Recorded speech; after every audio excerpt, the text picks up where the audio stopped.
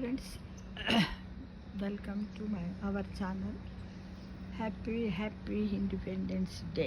ఎందుకు happy independence day అంటున్నానంటే, ఇప్పుడే మనకు అందినటువంటి ఒక చక్కటి వార్త, సంతోషకరమైన వార్త. అది ఏంటిది అంటే, మన జాతీయ గీతం ఉన్నది కదా, జనగణ మన.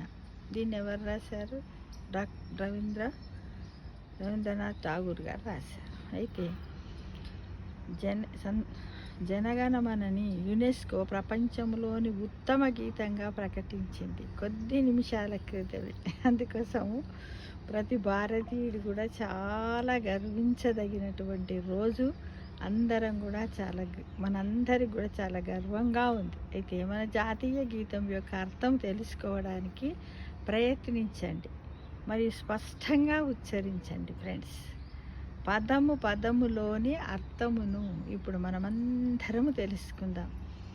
జన అంటే ప్రజలు, గణ అంటే సమూహము, మన అంటే మనస్సు, అధినాయక అంటే నాయకుడు, జయహే అంటే విజయము, భారత అంటే భారతదేశము, భాగ్య అంటే విధి, విధాత డిసోబ్జర్, పంజాబ్, సింధు,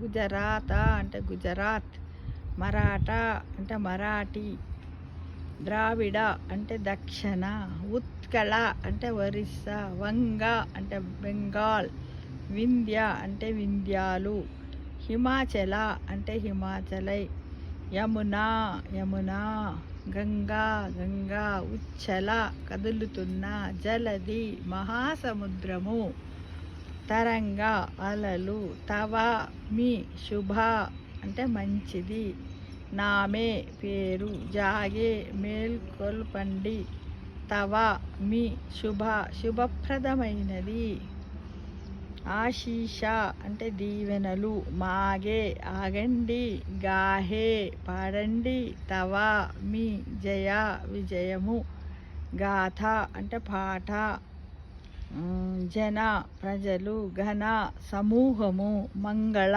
అదృష్టము, మంగళ అంటే అదృష్టం అన్నమాట. మంగళ అదృష్టము,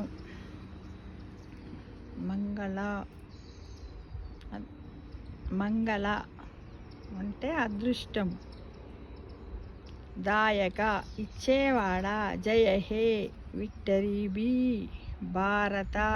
భారతదేశము, భాగ్య విధి విధాత పంచేవాడు, జయహే జయహే అంటే విజయము ఎప్పటికీ.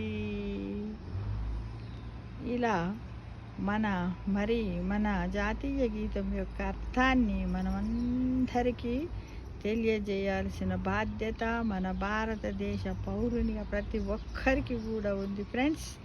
కాబట్టి అందరం కూడా అలా చేద్దామా? జై హింద్, జై భారత్.